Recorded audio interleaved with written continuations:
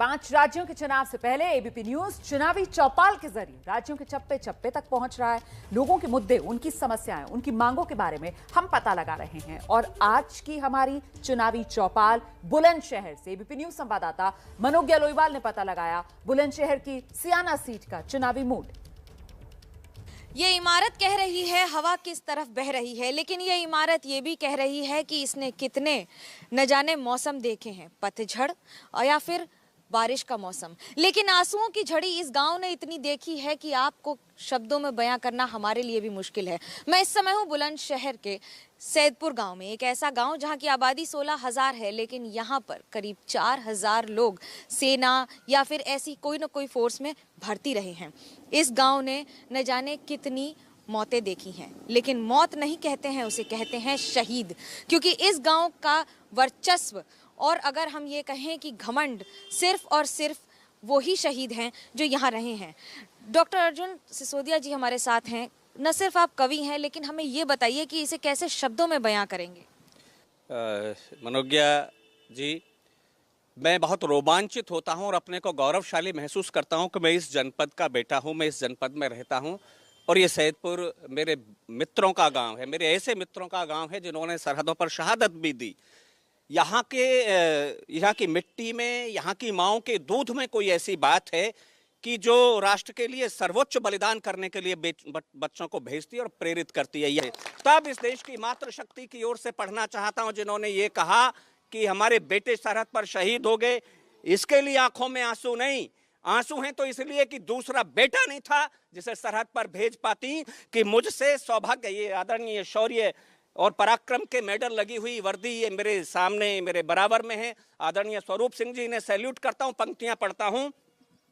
एक माँ क्या सोचती है कि मुझसे सौभाग्यशाली कोख किस माँ की होगी, राष्ट्र ध्वज का कफन ओढ़ा मेरे लाल ने। मुझसे सौभाग्यशाली कोख किस माँ की होगी, राष्ट्र ध्वज का कफन ओढ़ा मेरे लाल ने। मैं तो छोटी माँ हूँ, बड़ी माँ तो माता भारती है, बड़ी माँ से ऊंचा नाता जोड़ा मेरे लाल ने। मैं तो छोटी माँ हूँ, बड़ी माँ तो माता भारती है, बड़ी माँ से ऊंचा नाता जोड़ा मेरे लाल ने। अश्रुधारा बह रही है, गर्व से माँ कह रही है, सैनिक का प्रण नहीं तोड़ा मेरे लाल ने। शत्रु शीश फोड़ दिए, चाहे प्राण छोड़ दिए, हाथ से तिरंगा नहीं छोड़ा मेरे लाल ने, हाथ से तिरंगा नहीं छोड़ा मेरे लाल ने। स्वरूप सिंह जी, ये ऐसी पंक्तियां होती हैं जो गदगद कर देती हैं। आपको न जाने कितनी बातें याद आ रही होंगी, और ये जो अवार्ड्स हैं, ये जो मेडल हैं, सीने पे लगाकर क्या महसूस करते हैं? इनको लगा के आज तो बड़ा गौरवान्वित महसूस करते हैं। जो देश के हालात हैं, आज वहाँ पहुँच तो नहीं सकते, लेकिन टीवी पर देख के बड़ा महसूस करते हैं कि आज देश में क्या हो रहा है। कैसे देखते हैं एक पूर्व सैनिक के नाते, एक अवार्डेड सैनिक के नाते, इतने सारे अवार्ड्स, इतने सारे मेडल, वो चाहे राष्ट्रपति से हो, गदगद तो होता है दिल, लेकिन राजनीति जब देखते हैं या इस बार चुनाव को देखते हैं तो क्या सोचते हैं? भाई यही है, मैं यही सोचता हूँ कि हमारा देश तरक्की करे, खुशहाल हो और सेना की भी तरक्की हो। इस बार चुनाव के लिए गांव के क्या मुद्दे होंगे आपके इस गांव? हमारे गांव के मुद्दे, सैनिकों के लिए सम्मान मिलना चाहिए, सैनिक भवन बनना चाहिए। यहाँ ये मुद्दे हैं सैनिकों के लिए। वैसे हमारे गांव में किसी चीज़ की कोई कमी नहीं है, सब चीज़ पूर्ति है, लेकिन सैनिकों पर खास ध्यान रखना चाहिए। लोगों से पूछ लेते हैं कि इस बार चुनाव के मुद्दे फौजी साहब क्या देखेंगे, क्या सोचकर वोट? चुनाव के मुद्दे जो है विकास पर होने चाहिए, ना कि मंदिर मस्जिद पर। अब समय वो नहीं, मंदिर और मस्जिद का। जो नौजवान है उनको रोजगार मिलना चाहिए, जो जिनके पास मकान नहीं है उनको मकान मिलना चाहिए, जो सम्मान आर्थ उन्हें सम्मान भी मिलना चाहिए। इस प्रकार के मुद्दे होने चाहिए। आपस में हिंदू मुस्लिम के मुद्दे कोई महत्व नहीं रखते। फौजी बोल रहे हैं ये शर्मा जी, आप क्या इस बार मुद्दे रखेंगे चुनाव?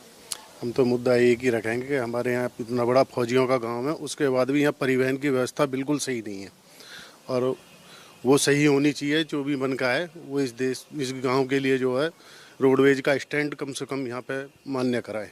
एक फौजी संदेशे आते हैं, संदेशे जाते हैं, तो ये बॉलीवुड की कहानियां जरूर हैं, लेकिन सच में जब जीते हैं, 4 पंक्तियां फौजियों के लिए।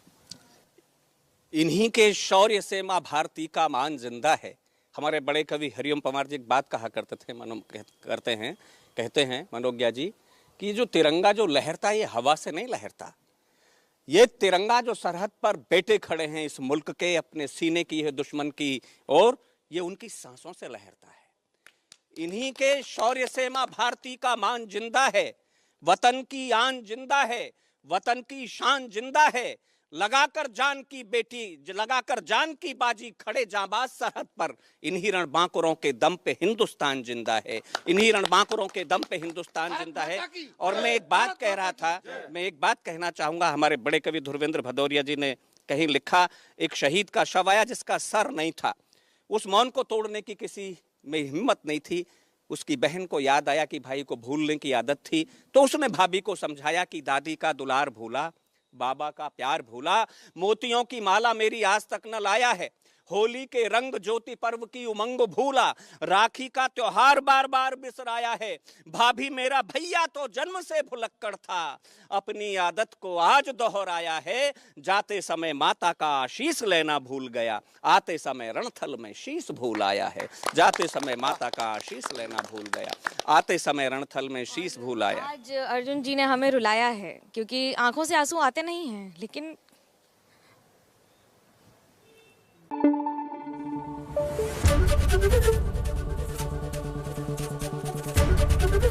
एबीपी न्यूज आपको रखे आगे।